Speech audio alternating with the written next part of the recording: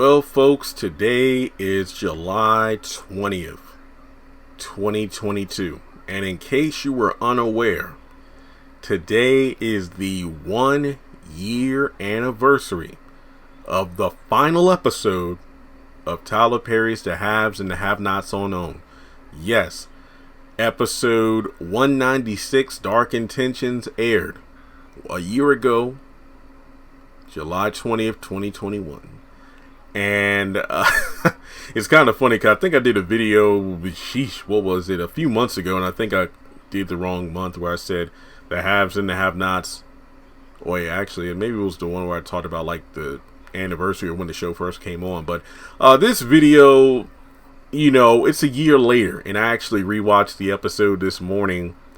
And I'm not going to do a full review because I feel like it's kind of ingrained in all of our minds of how this episode went and what the series ended on, and the hesitation and fear that came from watching the way this show ended and how Tyler Perry might end some of his other shows, namely the ones that are on Viacom/BET that might be coming to a close within the next 1 or 2 seasons, give or take, because Tyler Perry's current contract with BET is about to come to a close, and conversations are already happening about whether or not he's going to renew his deal with Viacom or move to a different platform. So I will say this much: the episode, my thoughts have not really changed. It has been a year. I've only watched this episode maybe 3 or 4 times over the past year, and my thoughts are the same. The fact that it felt like 2 separate episodes. I think like the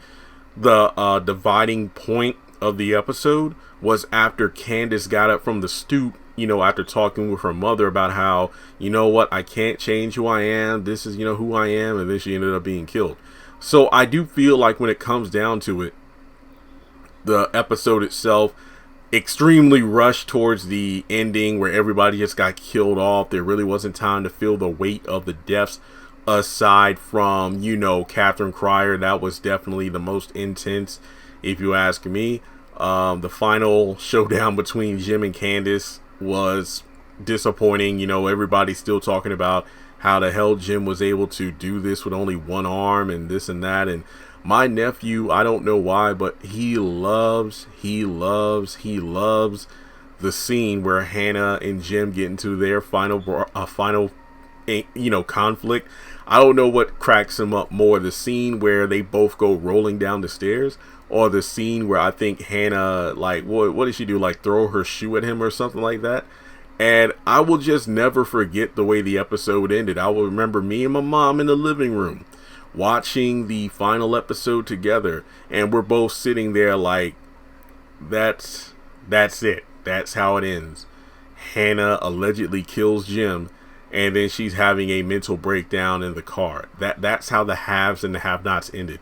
It just goes to show that Tyler Perry has this thing where typically he will I think this really stems from the fact of how successful one of his movies are. Like if a particular movie is very successful, for some reason it's like he'll change the formula of a show to match the storyline of one of these movies, and as a result, the ending or conclusion of a show literally feels unlike the rest of the entirety of the show. Mind you, the haves and the have-nots was almost 200 episodes long, yet it felt like we got a semi-acrimony or one of the Tyler Perry thriller films. It just doesn't fit, the way the show ended after all these years of build-up. And the show gave us one of the most disappointing endings of all time in Tyler Perry history. For me personally, this was the most disappointing ending because, remember, this was the show that changed my life. My entire life became attached to the haves and the have-nots, and it made me who I am today. And to actually have an ending that had me going, are you really kidding me right now? That's a blow. It really is a blow. But what's the legacy of the show? I mean, I think kind of like some certain shows where it'd be like The Flash or The Office, fans will like recommend people to watch, watch these certain seasons of the show. Like, what is it? Like with people I know who love The Office. Yeah, man, the first season is kind of slow, but once we get to season 2 and 3, it gets good. But then don't really talk about the last season or 2. And then like The Flash, the first The first season is like the best. 2 is good. 3 is okay considering the trash we got recently. So I'd recommend don't go further than like season 3 of The Flash. With the haves and have-nots, I tell you, to this day, people say the same thing. Hey, the first couple seasons are fantastic. After that, it kind of drags, but you know, hey, those first seasons were legit. They were the business. It's kind of like nowadays, and I still stand on what I say. Tyler Perry's The Haves and the Have-Nots, seasons 1 and 2, arguably just season 1 by itself. That season of Tyler Perry content, not a single season from any of Tyler Perry's Viacom shows have lived up to the quality of that season of The Haves and the Have-Nots. That first season, from the big surprise to checkmate, basically the first episode to when the Amanda shooting takes place. Those episodes, that one season, better than Sisters, anything they put out, better than The Oval, Ruthless, Bruh, Sister Living, House of Pain reboot, Young Dylan. None of that lives up to the level of quality as The Haves and Have-Nots season 1. But yeah, I'll never forget Twitter that night. Woo!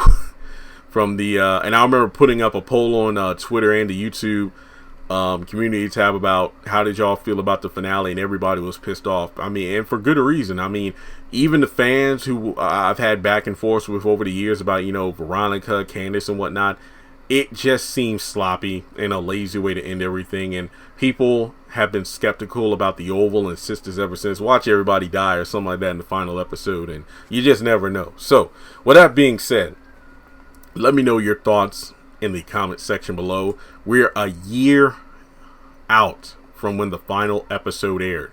And then, of course, what was it? The reunion special aired. I forgot when the reunion aired. Was it like the same night as the damn finale? Or no, I don't think it was. I think it was like the following 2 weeks. But regardless, yeah, that was pretty much it. So, thanks so much for tuning in. The Haves and the Have-Nots. We hardly knew ye. Seriously, that finale was something else.